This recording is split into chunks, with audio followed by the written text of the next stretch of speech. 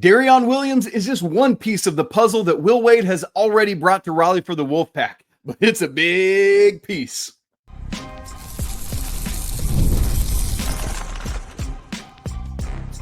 You are Locked On College Basketball, part of the Locked On Podcast Network. Your team every day. Hey there, what's up? Happy Tuesday. Welcome into the Locked On College Basketball Podcast, the only daily national college hoop show out there. I'm your host, Isaac Schade, and you're joining me at the place to get your college basketball content every single day. It's all part of the Locked On Podcast Network.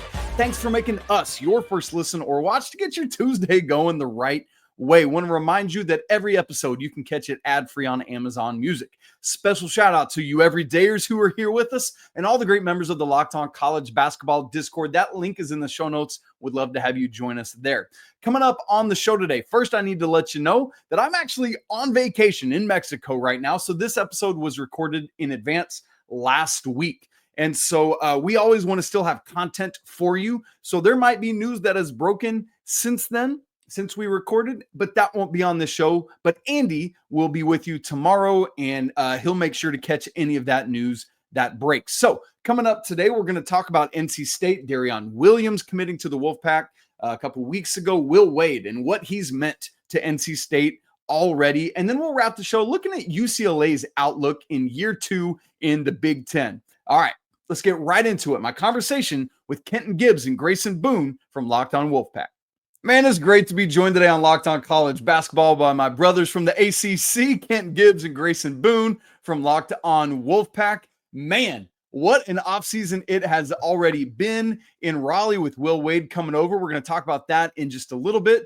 And I need to go ahead and timestamp this thing because I'm going to be away on vacation as you are listening to or watching this. And so we're actually recording last Wednesday. And so at this time, there has been no news on Van Allen Lubin making the quick move from Chapel Hill to Raleigh. But as you listen to or watch this, that might have happened. So let's just mention that right off the top. But dudes, Darrion Williams, this is massive news that came out last week, just right out of the gate. What does Darrion D5 bring from Lubbock to Raleigh? A whole lot of talent. And this is kind of the big fish recruit that we've been waiting to see with Will Wade. And I know a lot of the national pundits have also been waiting for that. A couple guys kind of, shot their gun a little too early on what Will Wade has or has not done in the portal.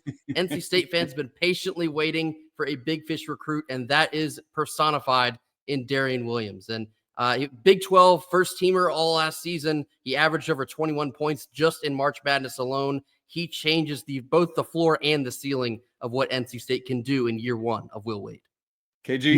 In terms of what Darrion Williams brings, he brings an all-purpose guy. He brings a guy that can do a little bit of everything. He has forward size, but he's got guard vision and touch. He can score at all 3 levels. He can distribute the ball. There is virtually nothing that he can't do. The only thing that is a great limiting factor for him that is like why he isn't or why he hasn't gone to the NBA yet is the athleticism. That's it. He's not super tall. He doesn't have the bounce. And so he ends up in that tweener phase where it's like you're a Denzel Valentine that's not quite a guard, right? And that's not going to bode well for you in the NBA. But I'll tell you what, in college basketball, that'll play. That'll play. Absolutely, it will. And that's come on, D5. Like last year at Texas Tech, he was playing a small ball 4 out of almost necessity based on their roster. And as I've been looking at NC State's roster and trying to put things together, I could see him back in that more natural 3 position as a small forward or at the 4, depending on what Coach Wade wants to do with this. As you guys have started to look at it and talk about it on Locked On Wolfpack, what are you thinking positionally for him next year? I think you hit the nail on the head. I think between the 3 and the 4, his versatility is going to be a massive key for what Will Wade likes to do. And it's kind of his bag anyway. Will Wade likes to mix and match guys, create different lineups, create mismatches, kind of playing, guys that you wouldn't expect to see at that particular position. Like Quadir Copeland, for example, could be running the point, and he's 6'6", often considered to be a forward. A lot of versatility, but Darrion Williams, to Kenton's point, he kind of tops that whole thing off. He can do absolutely everything. He's a 3-level scorer. He has those guard tendencies, so I think you'll see some time at the 3, but, I think his main purpose will be, I think his main purpose will be fortifying the front court. Oh my gosh. Sorry. You're good. I believe his main purpose will be fortifying that front court. So most likely more time at the 4. Will Wade is a freakazoid in terms of how he uses his lineups and what he decides to go with. McNeese State didn't play a lick of zone defense all last year. And then when they got into the tournament, they said, hey, against this team that has shooters that shoot the lights out, let's go to a zone, right? Like that's supposed to be the dumbest thing you could do. And he said, you know what? We're going to try. Against this team that shoots the ball extremely well, we're going to go to a zone. And it worked to spectacular effect. So Will Wade is not just called the American gangster because of his ability to recruit. It's also the cojones, the stones it takes to be as innovative as he is with his schemes and lineups. And so when you talk about what is Darrion Williams' position or what is his natural spot, yes is the answer. You know what I mean? It's like I can't remember who it was, but you know what? Now it's coming back to me. Denard Robinson from Michigan a few years ago when they said, what position did he play? He's a playmaker. That's the position that he plays, okay? Darrion Williams will be a playmaker for this team, and it goes into what Will Wade was talking about when he said, every year when I am recruiting, I want to bring in one showstopper. Show stopped, ladies and gentlemen. Show curtain closing, get the encore, get the roses, get all that good stuff. Because if you talk about a showstopper, you got a showstopper supreme in D5. And we're I mean, with him as the showstopper, I was already impressed and pleased with what Coach Wade was bringing in with Terrence Arsenault from Houston. I've liked him as a big guard for a long time, just had some trouble staying healthy. Trey Holloman has done some great things at Michigan State. He's tough. He's an Izzo guy. That's who you want. You talked about Kadir Copeland, who has, I know he comes from McNeese, and people might not remember, but he started at Syracuse and had multiple years there up in Syracuse in the ACC and a whole host of other guys that we haven't even mentioned yet. And so, like, it's not just like Darrion and the also-rans. Like, I feel like this is a good roster that's shaping up well to compete really, really well in the ACC. Are y'all seeing that? Something we've talked a lot about on Locked on Wolfpack is that Will Wade has kind of recruited a specific guy. They play with a certain toughness, a certain grit, an edge to them, personified in Trey Holloman, who's getting in scuffles at midcourt with Michigan. And Terrence Arsenault has kind of been waiting his turn at Houston, now decides to jump to NC State for a greener pasture, a new opportunity. Skill is through the roof for that kid. Can't wait to see if he can unlock it at NC State. Paul Mbia is another name to know, international forward, yes. 6'11", was getting some NBA draft buzz. A lot of different pieces kind of coming together. For NC State fans, it almost feels like the Avengers because we haven't had a roster that looks like this in seemingly ever. Like we're talking way back to like 2012 was the last time we've had this amount of roster buzz. And so we're very pleased with we're very pleased so far with what Will Wade has done. You mentioned Ben Allen Lubin, not currently official as of this Wednesday, but perhaps by next Tuesday it will be. We like what we're seeing so far. This team is not only consistent of the personalities that fit together, play styles that fit together, right? You get a guy like a Darrion Williams, he's going to need the ball a lot in his hands, and he's going to need a situation where his guards can find him. Who do you get as guards? Pass first guy in Trey Holloman. That's who you get. Oh, well, you know what? You do also want to fill up, or you do also want to space the floor for Paul Mbia because he's a guy that his game is around the rim. He's a high flyer, built like a brick house, but he can get up, right? So you need to give him some space under there to work. Oh, we're going to get us a Jerry Dang that's 6'9" and shooting 40-something% from deep. So these players complement each other and balance each other out in a way that's very pertinent. Not to speak ill of this man because he led us to our first ACC championship and Final Four, and since before Isaac was alive. But last year, Grayson and I coming into the season, we were scratching our heads saying, "Hey, this team is short and can't shoot threes. That's a terrible combination. Where's the shooting going to come from?" This year, you have guys. Again, you have people who specialize in different things. You have guys who are going to be high-level playmakers. You have guys that are going to be high-level shot makers. You have your guys that are like, oh, this is your showstopper. This is the guy the offense will be centered around when he's on the court. You have your instant offense guys off the bench. You have your hustle and scrap guys in Arsenal and company. So you have a little bit of everything, and that's where great teams are made. That's where those championship run teams are made. You don't just make it with all of one thing unless you're Duke and that one thing is talent. That you don't just make a team that way. You make teams based off of, all right, what do we have? Now, how do we fill in the holes on what this player doesn't have or what this lineup doesn't have? We can inject this guy, and then we open up everything. We unlock this lineup. You know, it's something that Will Wade has done a spectacular job of. You mentioned that Final Four team. One thing I'm really excited to see with Darrion Williams is thinking back to that team and the way DJ Burns was able to just pick teams apart when they would shuttle in on him in the post is, man, Darrion Williams, I've seen him make some very, very pretty passes. And so that's something I'm going to be particularly looking forward to next year, other than when they play my Tar Heels. And then it's not that. But, fellas, this is going to be I'm legitimately very excited to see this team in Raleigh next year. Speaking of which, Darrion Williams headed to Raleigh, at least in small part, due to the fact that Will Wade is now the head coach there. What sort of impact has Coach Wade already made? We're going to talk about that in just a second. Right after I tell you about Monarch Money, do you ever check your bank account and wonder, like, where did all my money go? Well, between dining out and online shopping and entertainment, it's so easy to lose track of it all. And that's where Monarch Money comes in. It's your personal CFO giving you full visibility of and control over all of your finances.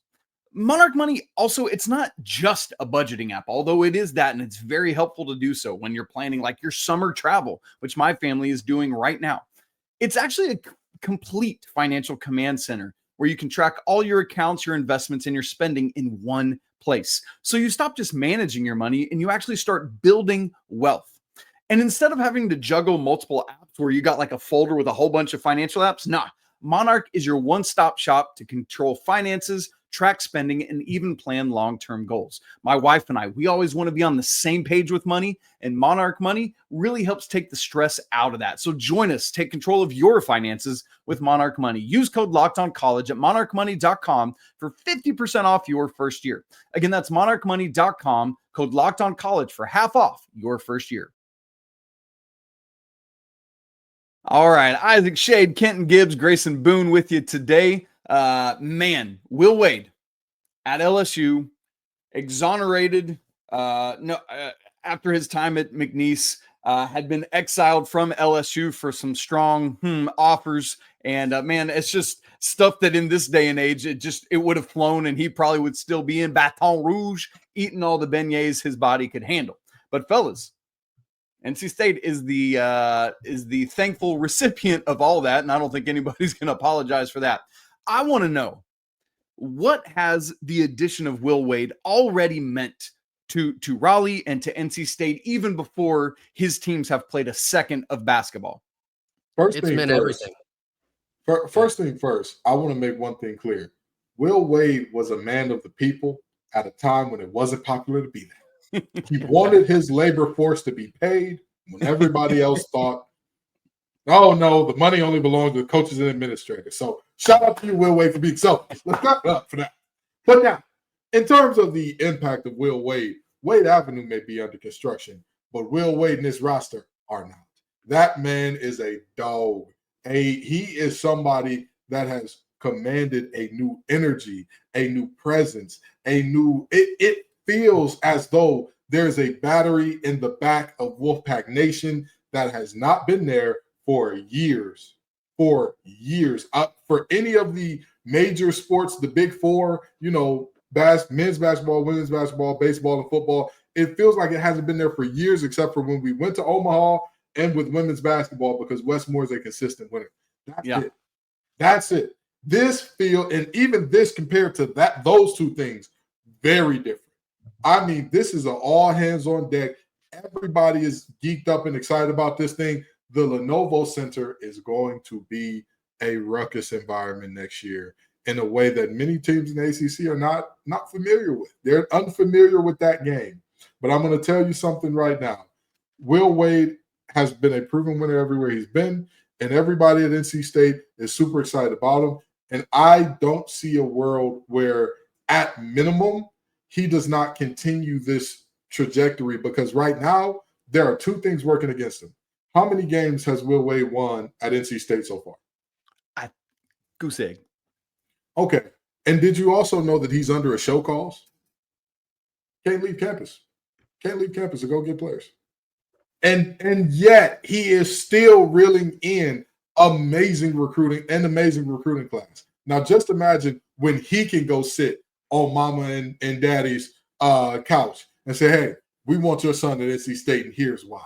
Here are the players I've already put in the NBA. Here are the players. Here's what my teams have done. If your son wants to be a winner, he can come be a part of this. And this is what I did in year one at NC State. And mind you, this was a rush job. I didn't even have a full off season to work with. It was a condensed version, and this is what we got. And I think your boy is good enough to be a part of it. So the energy is brand new. The excitement is brand new. This is the honeymoon phase, the new car smell, the when you first come in grandma's house on Thanksgiving and those oxtails are rolling and that aroma hits your nose. You know, this is that. Don't look at me like that, Isaac. It's a cultural thing. It's a cultural thing. Who here has ever eaten an oxtail? Who here has ever eaten an oxtail? Isaac, don't worry about it. Next time you're in Raleigh, I'm going to take you to go get some good oxtail. Yo, I'm going to tell you, you got to have some of those. But I'm going to tell you, it's a delicacy. It's a delicacy. You know how Tom and Jerry, when they hit your nose and they start floating, that's how everybody in Raleigh feels. When the Will Wade news broke, we all looked at our screens and started floating together. For those unfamiliar with the streets around Raleigh, the Lenovo Center, where NC State basketball plays, is literally situated off of a street called Wade Avenue. And so NC State fans have felt like this whole situation was like written in the stars. And bear with me because this is a crazy comparison, but the addition of Will Wade feels like the closest thing we've had since Jim Valvano, or the closest thing we've had to Jim Valvano since Jim Valvano. The aura that Will Wade attracts in the media, the relationships he has in the media, and the immediate respect you've already seen NC State get. You're probably going to see NC State start getting, way too early top 25 notifications there. I mean, we'll have to settle that on the court, but NC State has not had this level of attention in seemingly ever. And so the nation's paying attention to what Will Wade can or cannot accomplish in year one in Raleigh. We have waited forever for a coach like this, and it feels amazing that we finally have him. I'm not only bearing with you while you get through that comp, GB. I am with you. Like the energy, it was funny. Even before you were talking, I was envisioning Coach Valvano running around the floor trying to find somebody to hug after the championship, and I could see Will Wade doing that. He did do it for McNeese. He did the same thing. Honestly, Sidney Lowe, he ain't out there doing, like Kevin Keats. I can't picture him doing that. But Will Wade, man, he's gonna bring and has already brought an energy that is engaging and infectious, and you want to get on board with it. And I just think that's massive for what's going to happen. To that point, we were talking beforehand last week. John Rothstein mentioned he thought, hey, in the ACC this year, right now, I have Duke at the top, and then Louisville because of what Pat Kelsey did in year one. And then after that, I've got NC State and Carolina kind of in that 3-4 range. And so I'm curious to ask you guys, where are you at? Is that too high, too low, or is it Goldilocks? I'd say Goldilocks. This is just right. Okay. This is right on the money. This is the sweet spot of where NC State needs to be because of the law of the wolf, of course. But even beyond that, even for those of you who are unfamiliar with the law of the wolf, with NC State, the more you expect from NC State teams, the more they let you down. And the less you expect from them, when you're like, oh, this team's going to be terrible, all of a sudden they're like, 9-win season in football. That's what we do. But in all seriousness, I think that a lot of that stuff and a lot of the old karma and NC State stuff has been stuffed. And I think Will Wade coming to NC State is a part of that because for so long in searches like this, we've been the bridesmaid and not the bride. And in this search in particular, I had heard from my sources that were close to it early, this is our guy. This is who we're going to go get. I knew that they were talking to other folks, but I knew this was the guy and this is how everything was rolling. And there was speculation nationally about, Texas is going to get involved and you can't beat UT Austin money and all that good stuff. But lo and behold, he's our guy. He's in Raleigh and all that stuff. So In terms of where I would say this team is going to be, I would say it's just right. Not only because this team is good, Will Wade has put together a good team, and he's an amazing coach on the court as well as in recruiting, but also the ACC ain't the ACC of yesteryear, at least not on paper.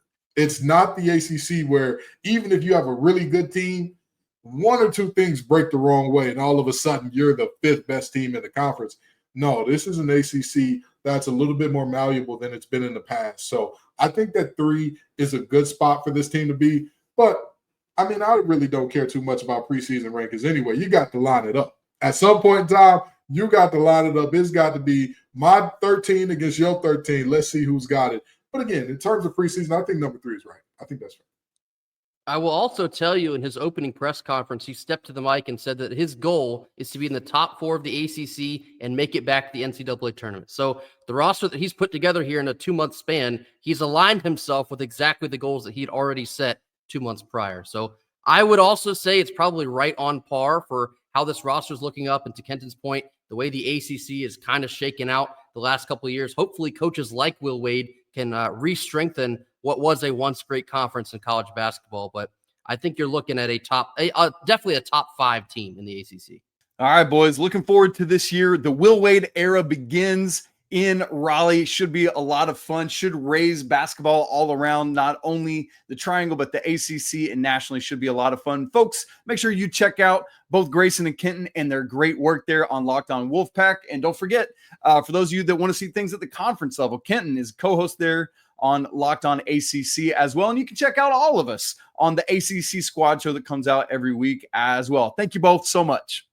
Thanks for having us. Absolutely. Go Pack. UCLA landed one of the biggest splashes of the transfer portal early in the cycle by getting New Mexico's Donovan Dent. How's that going to help the Bruins' outlook in year 2 of Big Ten play? Locked On Bruins host Zachary Anderson-Yoxsimer and I got together to talk about it. That's coming up in just a second.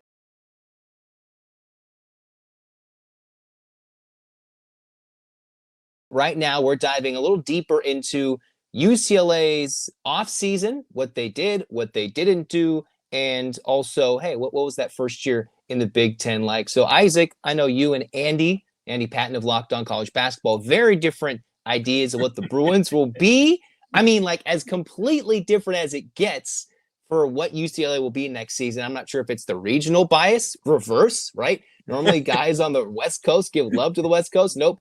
It's reverse. So kind of detail what you think about UCLA, and we could talk about what Andy's rankings are in your off-season, preseason top 25. It's so funny, Yox. So for those who don't know, we did a way too early top 25, pretty much right after the NCAA championship ended. I had UCLA 4th. Andy had them unranked. And the truth is probably a little bit of a Goldilocks situation, somewhere just right in the middle of those two things. And what's also interesting, as you all are listening to or watching this, literally yesterday on Monday's show, June 2nd, we did a post-draft withdrawal update of our rankings. As we record this, though, I haven't done my rankings for that. So I don't know where I'm going to land with UCLA. And now that we've seen some of the news of who's coming back, literally a little bit before we recorded this, guys like Alex Condon coming back, Axel Lendenborg, earlier on when we recorded this on Tuesday, May 27th, that Milo Suzanne is coming back to Houston. And so I got to rejigger everything, Yox. But I think even when the dust settles, I'm still going to have UCLA as at least a top 10 team. And I think part of that is I believed in what was already coming back in guys like Tyler Bilodeau and Eric Daly and Sky Clark. But yeah, add Donovan Dent into this mix. And I know other pieces as well, but he's so insanely good. But Yox, I'm curious to get your take on this because he seems like a weird fit for a Mick Cronin team, for a Mick Cronin style with everything Dent does. But I think he's just such a strong player that he's going to be willing to fit into that team culture, that even if his 20-ish points a game drop down to 15 or 16 at the pace UCLA plays, I think it's still going to work when you mix in all that and some of the other guys coming in like a Xavier Booker and like a Jamar Brown from Kansas City, et cetera. And so I really think that if UCLA is going to do it, this year is a year that makes sense to be a really strong Big Ten team.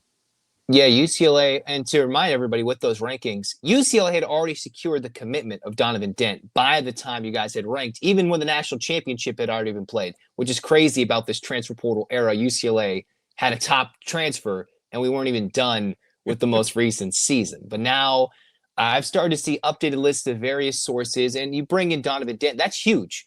I think where everybody's so confused and what I've talked about in early April, now leading on to where we are end of May heading into June, people aren't upset that the Bruins got the guard. I think Donovan Dent is, a unique talent and has been compared to the likes of Tiger Campbell, and I think is so much better than Tiger Campbell. Not that Tiger was bad or great. He does so much more than Tiger Campbell. Defensively, I think can shoot much better. He can do it all and that much more. You just only get 1 year of him and you need him to click right away with Mick Cronin, which isn't always a guarantee, but you need him to click right away, and I think that will happen. It's Adamada leaving, which was that kind of X factor at the center position. When he played for UCLA last year, there was a clear increase of just efficiency on offense, a different weapon defensively, just a different body out there that UCLA is not going to have this season, which makes them so fascinating that despite Mick Cronin's fascination with a small ball five or not a traditional five, I think that's the bigger question mark going to next year for Donovan Dent, though. I've kind of talked about it on this Locked On UCLA podcast before. He can shoot, he can score, he can defend blocking shots, and he's a guard. He can block shots, he can steal the ball, he does it all. He gets to the free throw line, which was a bugaboo for the Bruins last year. He can get there and make his free throws. So the guy you want to have the ball in his hand can do everything. It's not like he's going to go score and dominate and ball hog. His numbers will, I think, regress in terms of points per game a little bit, I think, and that won't be a bad thing.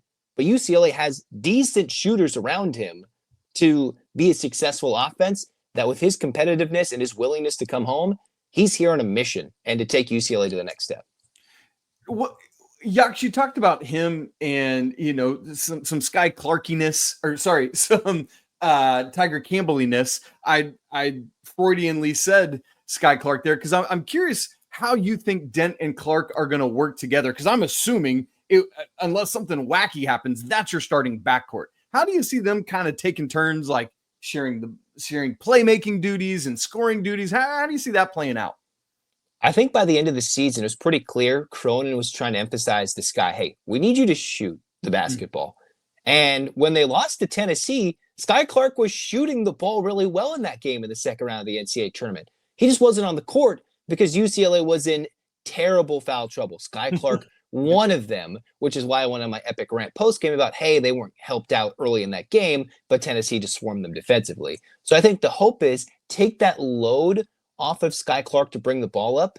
And as much as the Bruins gave so much time to Dylan Andrews to develop, it was clear that I think Sky Clark handled the ball a little bit better. Yeah, Dylan Andrews, is on to a different place via the transfer portal, like most of any college athlete is this day. And the Bruins have a much better ball handler, and Clark can focus on when he gets the ball, he's a playmaker versus running an offense. So I think that's where the shift will be. Clark, shoot the ball, score the ball. Don't run the offense. When we need you to, you can. And we've got a young kid in the backcourt like Trent Perry, who is a fascinating sophomore prospect for UCLA. Different. He's bigger, I think, and a little different than Sebastian Mack was heading into a sophomore, but Trent Perry could be a unique X factor. Not going to start over Clark or Dent. No. But if one of them's in foul trouble, then maybe he could affect something. But Clark, I think, will mostly be let's score, let's shoot the basketball. And Dent is like, I can just do it all. Just tell me what I need to do today, and he'll do it. Yeah. Well, and Yax, I love that you mentioned Sebastian Mack, because I always loved like the bulldogginess he would bring to UCLA. And like, who is that kind of guard? Like, is that Dent coming in? Do you think he brings that edge that it felt always to me like Mack would bring to the lineup? I think Dent is the guy that's supposed to have that edge. I mean, Dent dominated UCLA. It's not like he completely dominated when New Mexico beat UCLA in November of 2020. Three now? I guess no, 4. So. 2024. I'm getting the years confused. But he also had a bunch of turnovers. So Mick Cronin isn't necessarily going to like those numbers, but his assist to turnover ratio is still very, very good. He brings Dylan Andrews. He brings the scoring aspect of a Sky Clark from 3 and shooting, while bringing that grinded out mentality, that dog mentality you're talking about of Mac, and he's all that in one, in my mind. And Mac couldn't shoot the ball. Like, he honestly couldn't shoot the ball that well with consistency. And there was times when UCLA played North Carolina in the CBS Sports Classic, you knew where the ball was going. You knew what was going to happen. Mac was going to take the basketball and attack the rack. And the Mac attack became too predictable when they did it against, I forget, Minnesota at the end of the season, and they blew a big lead. That's where Mick Cronin would lean on. And I think Dent can do so many things. Step back, hit a shot, get the foul, do all the things Mac can do, but have more elements to his game. Now, that's a lot of pressure to put on a guy, but he's so good, you're paying him close to he's getting close to $3 million in NIL, right? He's getting a lot of money. So that's the expectation. You get a 1 year out of Dent, he's doing all these things, and that's why you saw 2, 3, 4 of those guys all head to the portal. We've talked so much here about the backcourt, which I'm really curious to start thinking through who is the best backcourt in the Big Ten. Like, this UCLA backcourt's got to be up there with Purdue, right? Obviously, that's going to be an interesting dynamic for the conference this year. But as you said, there is a lot of thought towards the front court too, because it feels like pretty much a no-brainer that it is a Dent-Clark starting backcourt. And then, like, the baseline to me, I guess, Yox, the way I would say it, is it feels like it's Daly, Bilodeau, Booker from 3, 4, and 5. Would you agree with that, or would you push back and give me somebody else in the starting 5? I think we're all set on what the starting 4 is. It's Clark, Dent, it's Daly, it's Bilodeau. We know those are the 4. If that doesn't happen and they're all healthy, I would be completely shocked. Completely shocked. And I think Eric Daly Jr. at a UCLA, I think it was an NIL event, it was reported, he came out and said, we're moving me to the 3. What Daly himself said, I'm going to move to the 3. That's more of a natural spot, which is interesting because Bilodeau can't, I think, make that shift. He can go 5 to 4, but he can't go to the 3. Daly would be an undersized 5. I think plays better and is a good matchup as an offensive 3. Might be a step slower defensively at the 3 for Cronin's liking. So I'm wondering what that's going to look like. But I think Booker at the 5, which is a lot of pressure to put on a guy who didn't have the most successful seasons and runs at Michigan State, but he's going to get a lot of time at UCLA. It's just the 5 spot, which kind of was the question mark last year. Who's going to step up? And there's no Adai Mara. Yeah, that's exactly what I was about to say, is like, that would feel like the obvious place you go. So somebody's really going to have to step up there to match what's happening. Because those 1 through 4 positions, as you said, Yox, man, I feel great about that. Just got to have a center step up and do work. Massive thanks to the guys from Locked On Wolfpack, Kenton and Grayson, and then Yox from Locked On UCLA. Great to be with both of those guys, all 3 of those guys, excuse me. Make sure to check out their work on their individual shows. If you haven't already subscribed to Locked On College Basketball, do that right now, both on YouTube and on audio, so you don't miss a second of the show. If you haven't joined the Locked On College Basketball Discord, we'd love to have you there. That link is in the show notes, and it's absolutely free to join. As always, I want to say apologies to the Lawyer family. Let's go Wild Pope. Shouts to our guy, Mick Bruins, and until tomorrow, peace.